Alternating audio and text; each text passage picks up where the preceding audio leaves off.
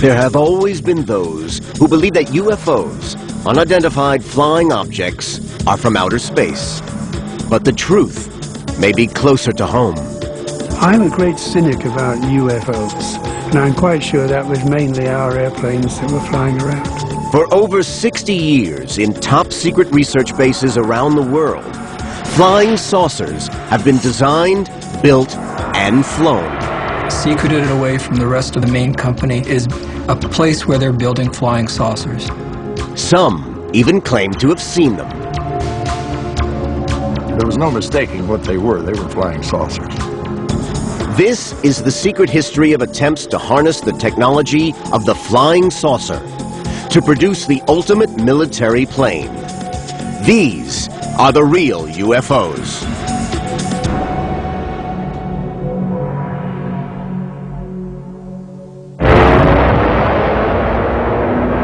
The story of the real UFOs begins in Nazi Germany.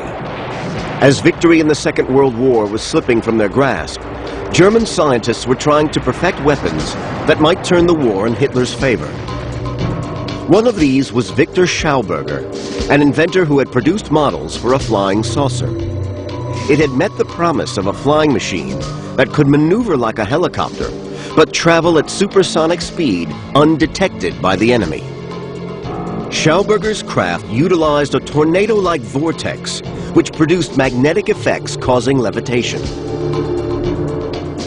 Victor was recognized by the German government, actually met with Hitler, and later was inducted into the SS and put to work further developing this flying saucer concept. He worked alongside a group of brilliant German engineers, including Rudolf Schriever, Andreas Epp, and Dr. Richard Miete. All produced highly advanced designs. The Germans actually had 3 separate developmental areas for flying saucers, one at Peenemünde, one at Breslau, and the other at Prague. At all these 3 facilities, flying saucers flew. The Germans had, in fact, gone far enough into development and testing that aircraft were in the air. And one company, Messerschmitt, had flown a complete saucer-shaped aircraft. These pictures of the early prototypes resemble photographs of UFOs that would emerge in the coming decades. But this was not the world of science fiction. These were highly advanced UFOs. For the German military, this lethal weaponry was being developed to win the war. The battle for air supremacy in World War II dominated the military struggle in Europe. By 1944, the tide was about to turn against Germany and Hitler's Third Reich. And then on June 13th, a week after the Allied D-Day landings, Hitler unleashed his deadly secret weapons. Over a period of 2 months, thousands of V-1 jet-powered flying bombs attacked London. Some were shot down from the ground, others in the air. This deadly development in warfare technology was to start a whole new era of military aviation history. The use of flying saucer technology to produce even more efficient killing machines was to be the culmination of this research. During the Nazi period, we had a flowering of new thought, of scientific thought, of technological development. These scientists were freed up to do a lot of work. They developed science in every field that is relevant in our lives today, and as a matter of fact, we're still living off that carcass. But there was nothing new about the basic principles of rocket science. Since the 1920s and 30s, there had been an explosion of innocent enthusiasts experimenting with rocket propulsion across Europe and America. But what the Nazis were doing was anything but innocent.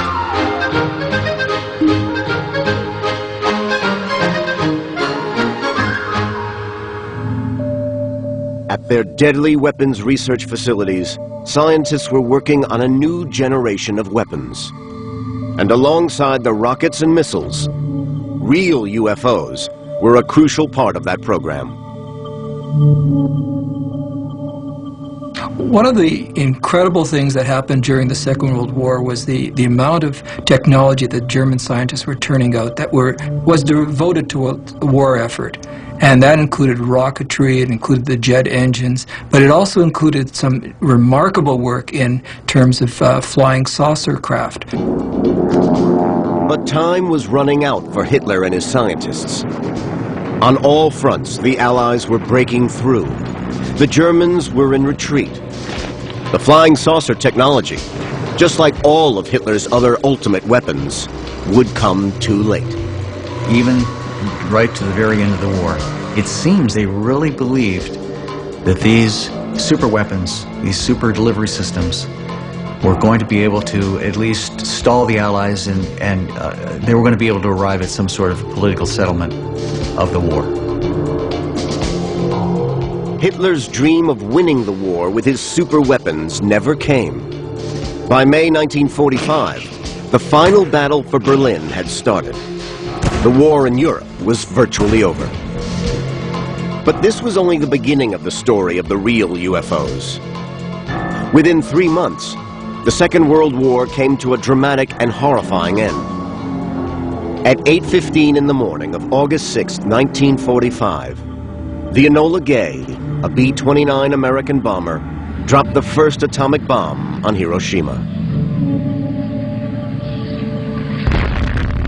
With the war finally over, the former Allies had now become rivals. The Soviet Union and the West would soon be locked in a battle for the latest military technology.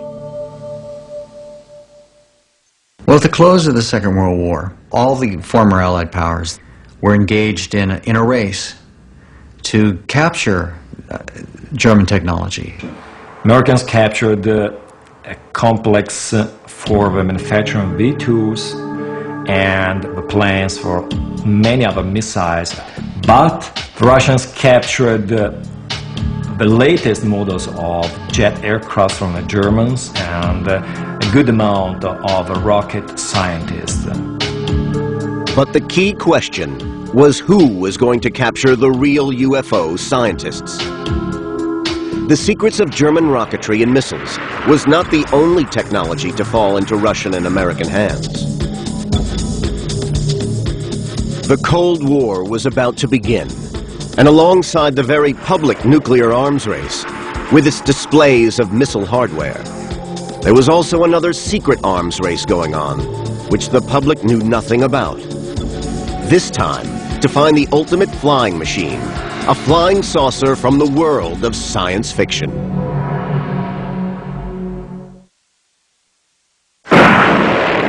During the Second World War, there was a major technological revolution in jet propulsion, atomic physics, and real UFOs, flying saucer technology. The Germans had led the world in the development of real UFOs, and now their ideas and scientists had fallen into the hands of the two superpowers, Russia and America. German UFO flying saucer engineers Victor Schauberger, Rudolf Schriever, and a Dr. Mita were secretly working for the Americans. While Andreas Epp was reported to be working on flying saucer projects for the Russians. Both Americans and Russians exploited really a lot the scientists that they captured at the end of the war. And they used this technology and these guys to develop their science during the Cold War. By the end of the Second World War, the former Allies had become rivals, and the Cold War arms race had begun. The focus of the American efforts went on developing rocket and missile weapon systems. It seemed that the captured German flying saucer technology had been put on hold. Then in 1947, there was a report of a UFO flying over America seen by an American pilot, Kenneth Arnold. He was flying near Mount Rainier in the state of Washington and witnessed 9 flying discs some distance from him. When Arnold landed, he told his story to the local press. I was approximately 25 to 28 miles from Mount Rainier, and I noticed to the left of me a chain which looked to me like the tail of a Chinese kite going at a terrific speed across the face of Mount Rainier. They looked something like a pie plate that was cut in half with a sort of a convex triangle in the rear. Well, Kenneth Arnold started a firestorm. He was able to calculate from known landmarks how fast they were flying, and found they were flying at 12 or 1,300 miles an hour. And from his description, once he landed and gave this story to the press, he described these objects as if they were saucers skipping on water. And today, that's how we have the word flying saucer. From out of nowhere, the flying saucer mystery is with us. What is the flying saucer? What do people see and sometimes photograph? What's behind the daily reports of aerial phenomena in the nation's press? U.S. television and radio began reporting eyewitness accounts of members of the public who claimed they had seen UFOs in the skies over America. I glanced up and there were 3 flying saucers in a V, approximately a half a mile away from me at an altitude of 350 feet. Is this what Weisberger saw? America was gripped with UFO sightings and flying saucer fever. The military was eager to deny it was anything to do with them, and went on television to reassure the American public. We can say that the recent sightings are in no way connected with any secret development by any agency of the United States. In my position in the Research and Development Organization of the Bureau of Aeronautics and of the Navy Department, I am thoroughly familiar with both our aircraft and our guided missiles programs, and can state without reservation that the Navy has no saucer-shaped aircraft or missile in any of these programs. Then in July 1947, in the midst of the UFO fever, came a startling report by another serving American officer. He announced to the press the discovery of remains from a flying saucer found in Roswell, New Mexico. Within hours, the story of the Roswell incident exploded around the world. The American military panicked. Again, they issued an official statement designed to reassure an anxious public, denying the remains were from a flying saucer. They maintained that it was simply a weather balloon. Behind all these American denials was a more ominous possibility for the military. Assuming the UFOs were not from outer space, flown by aliens, perhaps all these sightings were evidence of an enemy closer to home. The American military were inundated by all kinds of UFO reports, and that drove them to the idea that perhaps some of those UFO missions were the Soviets in the air. The Americans captured the very exotic blueprints of very advanced designs for aircrafts, and among them there was the Horten 229 by the Horten brothers. And this aircraft was very similar in shape to the first description of a flying saucer sighted over America in 1947. And the Americans were scared that the Russians could have produced actually a flying version of the Horten 229. So in the immediate post-war years, reports of UFO sightings were part of the growing tensions between East and West as the Cold War grew in intensity. In the early 1950s, the Korean War had almost brought the world to a nuclear disaster. In America, the paranoia and the sense of fear of communist invasion was reflected in attitudes to flying saucers in popular culture. Flying saucers have invaded our planet. Washington, London, Paris, Moscow are key targets. The whole world is under attack. The 50s were the golden age of the flying saucer. People were scared by the Cold War. They were scared by the atomic experiments. They were at the same time very keen to the space exploration and to the advancement of technology, so the climate was the right one to expect extraterrestrial visitations from outer space.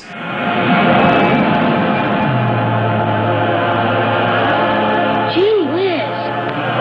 Invaders saw them land from outer space. He saw them capture innocent people only to destroy.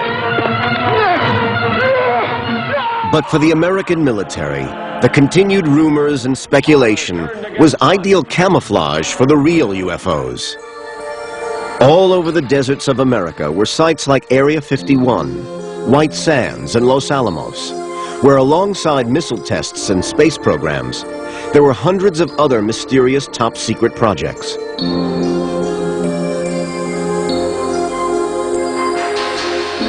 These included high-altitude parachute tests, satellite testing, and the development of future space vehicles. One of these secret programs was called Project Mogul. Project Mogul was a top-secret program to listen in on the Russians using equipment on high-altitude balloons. The American military were desperate to discover secrets of the Soviet program to develop a rival atom bomb. They needed to know when the Soviets were testing one of their weapons. It was not until 20 years later that the U.S. government was forced to confess that the Roswell incident, back in 1947, was in fact secret military testing by the Americans. They published a report which concluded that what was recovered was not the remains of an extraterrestrial spacecraft, but debris from a then-classified Army Air Force research project, codenamed Mogul.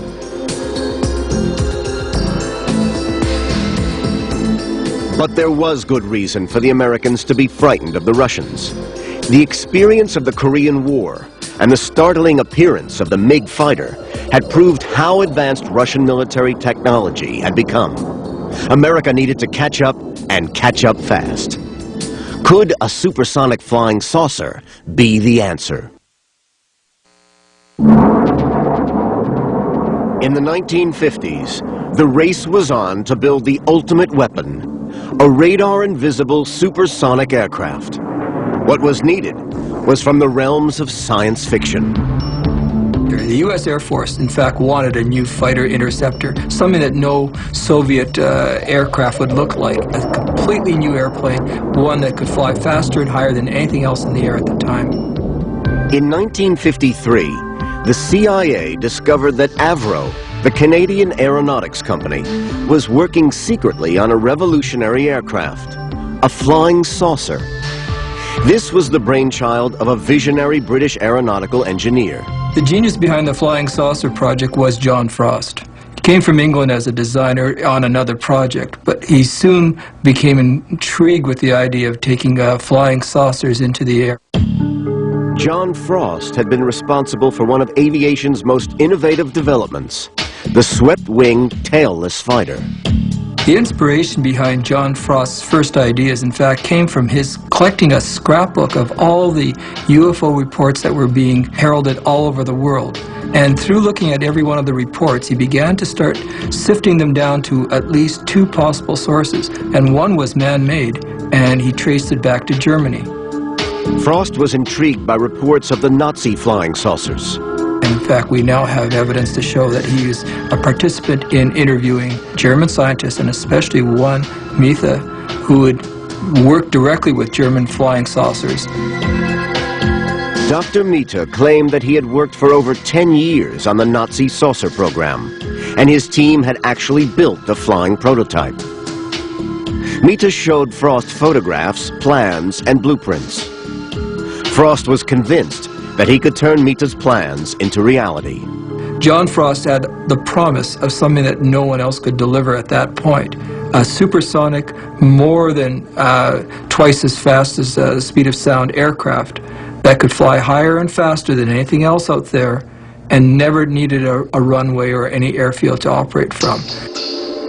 In 1952, the Canadian Avro Aircraft Factory concealed one of America's most highly classified and top-secret projects.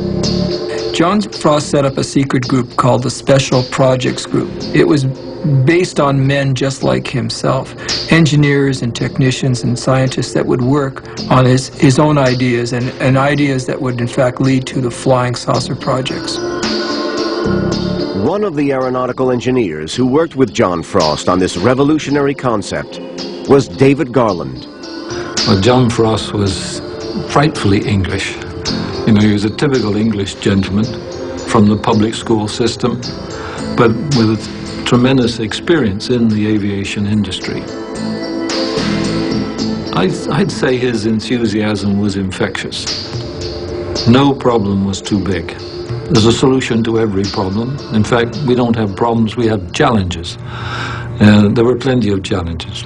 John Frost's very first project is Project Y, a spade-shaped aircraft that's based around his circular pancake engine. It'll be able to take off from the ground vertically or in a rolling takeoff and fly as a supersonic interceptor. Project Y was designed as a tailless jet engine aircraft.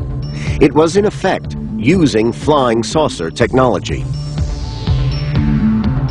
A spade-shaped mock-up was built by Frost's elite team in a heavily guarded workshop in the Avro factory.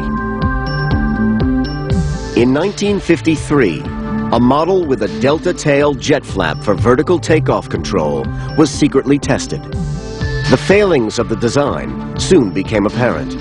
One of the main problems with any tail-sitting aircraft would be that the amount of pilot skills that would be required to fly vertically from the ground in that position, and then, in fact, to return, would be incredible. John Frost now concentrated all the efforts of the Special Projects team on the development of a circular design, essentially a flying saucer. The Circle is the most efficient ground effect machine. You get more lift for a given thrust around the periphery. So it makes sense when you're hovering in ground effect. John Frost's next design was codenamed Y2. And Project Y2 is a completely circular aircraft, now using a rotor system in the center of it and multiple engines on the outside edge, powering that rotor, giving it vertical takeoff and eventual direction so it could fly into altitudes that no one else could guess. It was a knife-edge supersonic fighter that he was selling. And at this point, the American Air Force bought in big time with a $10 million grant towards his research. By 1956, the Cold War space race and arms race was at its height. The American military was desperate to invest in new weapons technologies. With clandestine American funding, the development of the supersonic flying saucer began. In the Schaefer building was a full-size 50-foot diameter 6-engine powered aircraft. Now, testing though proved that it was a dangerous beast, one that nearly killed the entire Frost team. The test was nearly catastrophic. The engines of the saucer tethered in the hangar spun out of control and almost blew the roof of the research lab off. John Frost decides that there's no way that he can continue this work with a complete flying saucer. Supersonic project is abandoned for the time being for him to build a smaller test vehicle that becomes the Avro car. Well, the design specification for the Avro car was to fly at forward speed at 300 miles an hour, some modest kind of speed, but it had a high thrust-to-weight ratio greater than 1, and to fly at 30,000 feet altitude, and to land and take off vertically. In 1957, Frost's prototype model finally rewarded the earlier American military investment in his project. The Avro car was a scaled-down test vehicle that could do two jobs. One, it could provide a test vehicle for the supersonic craft that was still sitting in the Schaefer building. But secondly, it could be the flying jeep that the U.S. Army required. With weaponry, it could actually go on the battlefield as a battlefield weapon. In 1959, the two vertical takeoff prototypes rolled out of the factory. The long-term aim was to produce a flying saucer that could reach over 1,500 miles per hour. It did fly along the runways, de-icing the runways quite nicely, blowing ice and snow around. And it got into trouble over freshly mown part of the airfield when all the grass blew up and came back down in the intakes. And then we started thinking about how to prevent what's called foreign object ingestion into the intakes. The flying saucer flew several test flights, but its shape meant that it was incredibly difficult to steer. It was a maze of challenges, and the biggest challenge that the concept faced was the pitch instability. The aerodynamic center being so far forward of the center of gravity. It's not a good recipe for a happy flight. So the vertical takeoff and hover principle was working. Modifications were made, but lack of power and inadequate control mechanisms were difficulties that had to be overcome if the Avro car was ever to fly as intended. Apart from the development of powerful pitch control, the only way that we knew to make a circular device stable was to have it spin, like a frisbee today. And the spinning action will impart stability. Some of John Frost's early designs did in fact have large spinning components, and the gyroscopic power of those devices was thought to impart some stability in designs which were thought to go as fast as 3 times the speed of sound. Frost was convinced he could control the instability problem. But the Americans insisted on adding a swept tail unit. Frost considered this was a betrayal of his original concept. So in December 1961, the $10 million Avro flying saucer program was officially scrapped. But some of the engineers who worked on the project did not totally abandon Frost's dream. There really is no aerodynamic future for a circular wing subsonically. Supersonically, with a few modifications and tweaking to its shape to make it a little more like a delta wing, one might see a possible outcome.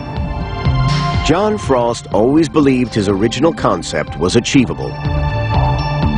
Despite the unfavorable results of the Avro car testing, the work that John Frost had put into the supersonic project showed that in fact it could have flown.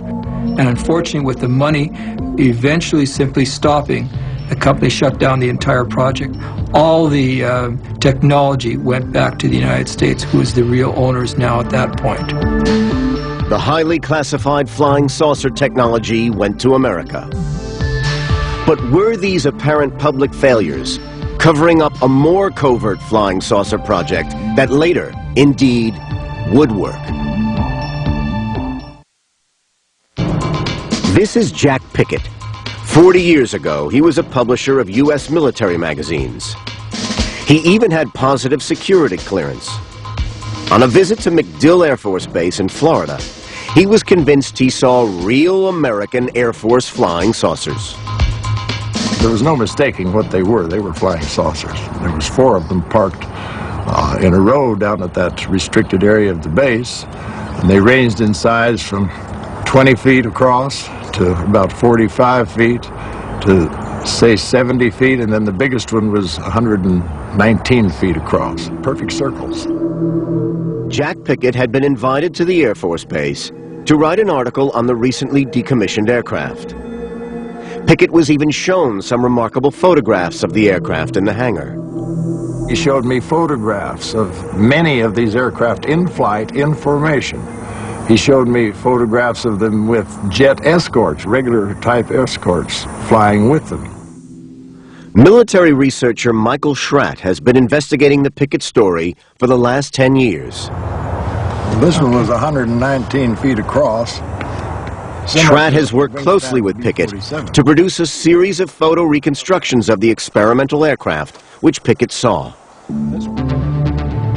What Pickett was shown seemed incredible, but he was assured that indeed these were real experimental flying saucers, and this was the evidence that they had actually flown. I said, well, how fast did they fly and how high? He says, well, we achieved space flight with them. And I asked him pointedly, any aircraft that flew that high and that fast, why are you discontinuing them? Why are you scrapping them? He says, well, we've designed better versions with less maneuverability problems. Pickett wrote his article and was ready to publish But at the last moment, the Air Force withdrew permission and took back all Pickett's photographs. He stands by his story and remains convinced of what he saw. Well, I saw the photographs of them in flight. I walked up and touched the actual aircraft themselves. I really examined them, and it was, no question about it, it was a remarkable aircraft, and it looked just exactly like what flying saucers are supposed to look like, in between. Michael Schratt is convinced by all the evidence that indeed Jack Pickett's story is true. I believe that these were the original, true, authentic articles because I've spoken to Jack for over 4 years now. He's remained consistent throughout, never changed his story. The aircraft that Jack kicked the tires on were capable of 15,500 miles per hour, and I think that's one of the reasons why it's still classified to this day. Pickett's claims came against a background of heightened Cold War tensions. At the beginning of the 1960s, American U-2 pilot Francis Gary Powers was shot down on a spy mission over the Soviet Union. In Europe, the Soviets had built the Berlin Wall, dividing east from west. And with the Cuban Missile Crisis, the world had come closer than ever before to nuclear catastrophe. This could be the beginning of the end for the... As in the 1950s, popular culture reflected the fear and paranoia of the times.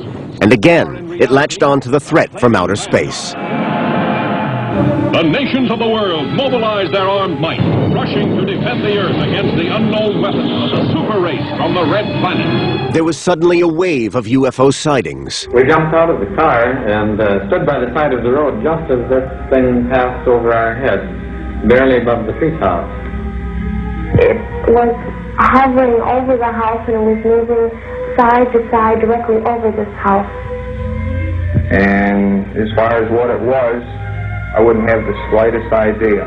I've been researching UFOs for the last 25 years, and I do believe that most, but all of the witnesses are reliable people having seen something strange in the sky. Most of the times they have seen man-made phenomena or natural phenomena like weather balloons, planets, satellite re-entries, stuff like that. But there is actually a small but significant percentage of sightings that cannot find any explanation at this time. But there was one explanation for these mysterious UFO sightings, and it didn't involve extraterrestrial creatures. I'm a great cynic about UFOs, and I would say in a single sentence that practically every UFO, other than those that are being taken by using saucepan lids, every UFO other than those has probably been under contract to the US Air Force. In the 1960s, Alan Brown was working at the Lockheed Secret Experimental Skunk Works in the Nevada desert. It was a time when both Russia and America were afraid of each other's nuclear strike capabilities. The Russians relied heavily on satellite technology to spy on the United States. The Americans invested mainly on manned surveillance aircraft. Lockheed had built the top-secret U-2 high-altitude spy aircraft, designed for covert surveillance over Soviet territory. But it was vulnerable to enemy radar. When the first U-2 was shot down over Russia by surface-to-air missiles, it was recognized even before that time that the U-2's life probably wasn't going to be very long because it was not designed from a stealth point of view, and it was seen that they would have to do something pretty drastic to make improvements. Flying saucer technology might produce the ultimate aircraft, one invisible to radar. A competition was started to replace the U-2. Lockheed, in fact, won the contract, and I was involved with that in an airplane called Have Blue. And the program did change very quickly from a confidential clearance to a top-secret clearance when it was realized just the enormity of what could be done with an airplane which was essentially invisible to radar. Over the next 10 years, shrouded in secrecy, a new generation of stealth fighters was rigorously tested in Area 51, the U.S. government flight test base in Nevada.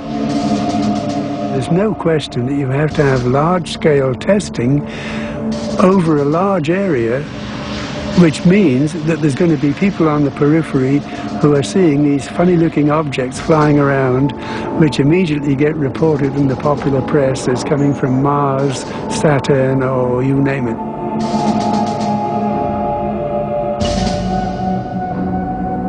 So Jack Pickett's story might be true. Throughout this period, it was the U.S. Air Force that was developing aircraft capable of evading enemy radar. Just what the pioneers of flying saucer technology always promised. What's more, 12 years later, there was another witness who seemed to confirm Jack Pickett's account. Warren Botts, an ex-8th Air Force pilot, saw an identical flying saucer aircraft hidden in a restricted hangar while visiting Wright-Patterson Air Force Base for a pilot's reunion. To my surprise, I saw this huge disc airplane and was almost wall-to-wall in circumference, and it was jet-powered from what I saw. I started to walk over to look at it, not thinking anything about it, and an armed guard stopped me and told me I'm not allowed to be in there. So I left, but I did see a large circular airplane in there. Michael Schratt now had personal testimony from a second witness of the highly classified flying saucer. He briefly described the exact same aircraft that Jack Pickett had seen it, and described other features that Jack didn't describe, and so when I put these two men together, then I knew I was dealing with a real subject. Despite much skepticism, Warren Botts, like Pickett, remains convinced. People that I spoke to since that time said it never existed, which I think they're wrong, because I know what I saw. I believe that we do have flying saucers. They did exist, and they do exist now. What both men had seen was remarkably similar to the final John Frost Avrocar design, which the American military had reported as abandoned.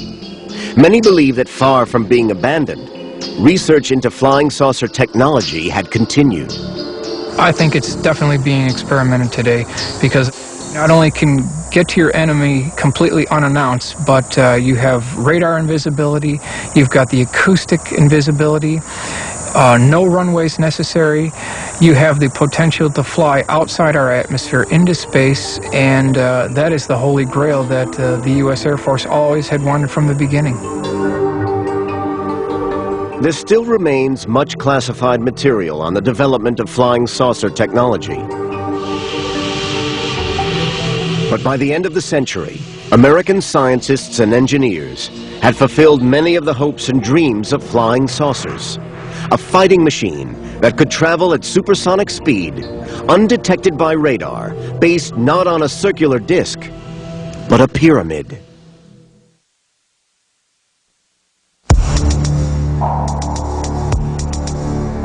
For a period of 15 years, this revolutionary aircraft was classified as a black project, one of America's best-kept secrets. This was the ultimate real UFO, a supersonic strike aircraft, which flew like a jet, but with stealth unseen by radar. In 1988, the Americans decided to reveal it to the world. There's an interesting aspect to the reason why the F-117 was exposed to the public at the end of 1988. The airplanes had been restrained to only flying at night. So the pilots are stuck into this airplane on a totally dark airfield in the middle of Nevada. And we, in fact, did finish up losing a couple of pilots by just purely being disoriented in night flying. At that point, the Air Force decided it had better start flying during the day, and if it was going to do that, it was going to give some indication of what was flying, so we weren't going to get a whole raft of more UFO reports. In order to evade radar and surface-to-air missiles, the Lockheed stealth fighter, the F-117, adopted some of the concepts of the flying saucer. Principally, the idea of the shape of the aircraft determined its visibility to enemy radar.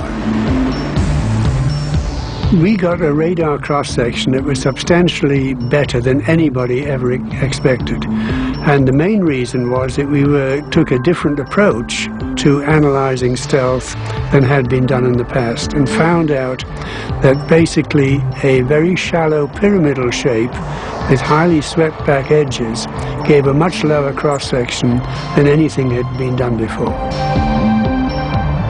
Within 1 year of the stealth fighter being declassified, the Soviet Empire began to disintegrate. On November the 9th, 1989, with the collapse of the Berlin Wall, the borders between East and West Germany were open.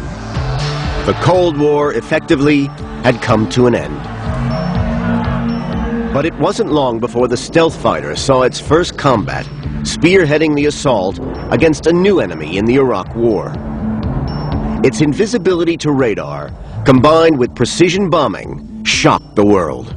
We could go in there, drop the bombs exactly at the altitude we wanted to with enormous precision, and take out exactly the targets we needed without being seen.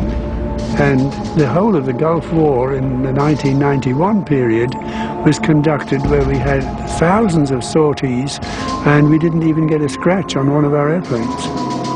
The unique abilities of the stealth fighter were demonstrated in the Gulf War, but there remained one basic failing. It had to be designed around the needs of a pilot. Future fighting machines are going to be pilotless. I think the cost, politically and morally, of losing highly trained crew these days seems to point in the direction of UAVs, unmanned aerial vehicles. There is nothing new about the concept of pilotless aircraft. From the early days of flight, many have experimented with the idea. Some with a degree of success. The development of unmanned spaceflight has opened up future aviation possibilities. The biggest issue in the future is certainly unmanned aircraft. And we can also go down to miniaturized airplanes, which are the order of 6 inches in diameter, and fly those into buildings. And in fact, the whole scope of what can be done in the future is just enormous. It's mind-boggling. The future is, perhaps, in this new generation of flying machines. The latest Sikorsky Aerobot is capable of high-speed hovering, vertical takeoff, and landing. But these vehicles seem a long way from the dreams of Hitler's flying saucer engineers. Machines on the edge of science fiction, capable of phenomenal supersonic speed. Perhaps the science of flying saucers was never a reality. As long as you stay close to the ground, you've got yourself an efficient lifting device. It does not make an efficient wing in free air at all. It's just not an efficient shape. And only flying saucers from outer space have been able to do anything with it. And I think they're probably just a figment of the imagination. Others insist not only that the dream of flying saucer technology is possible, but that concealed from us all, it has already been achieved. I think that this is the biggest secret that the U.S. Air Force has, and I believe it's high time that the facts about the U.S. Air Force jet-powered flying wing disc program be declassified. There's absolutely no threat to the national security, and it's time that this bird come into the light. Some of the latest inventions are now in the public domain, but a great many remain secret, fueling more speculation over UFO sightings across our skies. The dream of the ultimate flying machine is still unfulfilled. Buried deep within ancient texts remain codes yet to be broken. Clouded in mystery, these cryptic messages continue to raise the question, are the visions of our past predicting the future? Decoding the Past, the new series next on the History Channel.